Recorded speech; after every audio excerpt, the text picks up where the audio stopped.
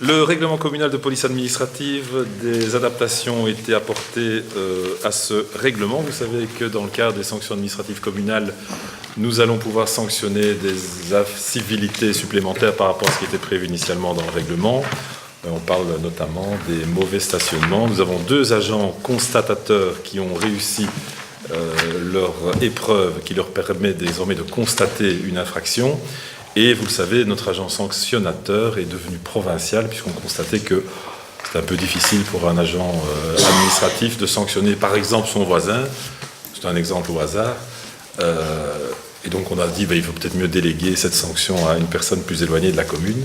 Les 2 agents constatateurs qui ont réussi leur première épreuve, qui permet donc de sanctionner ce que vous connaissez déjà, doivent maintenant refaire une formation pour pouvoir sanctionner utilement des stationnements qui seraient dangereux ou contraires au code de la route.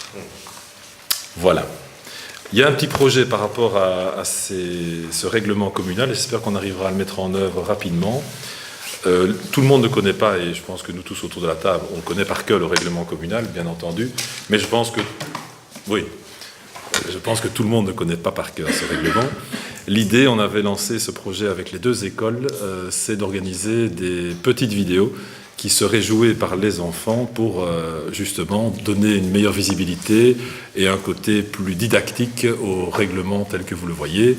Je prends un exemple, ça donnera justement l'occasion aux enfants de faire un travail d'écriture, de réflexion et de mise en scène. À eux d'imaginer comment montrer qu'on ne peut pas faire un feu à moins de 200 mètres de l'habitation de son voisin. Voilà. Donc c'est un bel exercice à tout niveau, au niveau du langage, au niveau du français, au niveau de l'imagination. Et donc les 2 écoles paraissaient intéressées par ce concept-là. Ça prendra peut-être un peu de temps pour le faire et le mettre en œuvre, mais on pense bien y arriver. Voilà. Pour rappel, parce que la question nous est souvent posée, à Crisnay, il est possible de tondre le dimanche. Voilà. Ça vous le savez, mais en respectant le voisin. Donc par exemple, si Isabelle Stassard fait un barbecue, son voisin a une bonne idée de ne pas tondre juste à ce moment-là. Ce qui n'est pas bête. Comme ça, on peut pas tondre en même temps. Voilà.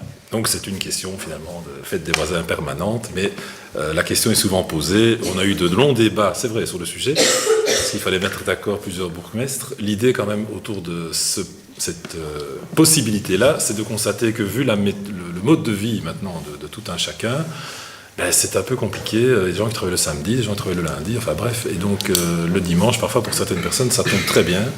Et on peut aussi avoir 6 jours de pluie consécutifs, et boum, le dimanche il fait beau, certaines personnes sont bien heureuses de pouvoir tondre. Ceci explique cela, mais parfois il faut expliquer les raisons qui font que l'on peut tondre.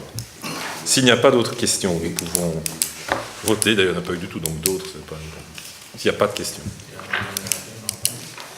Pierre. Quoi, on vote ? Oui. Oui. Oui.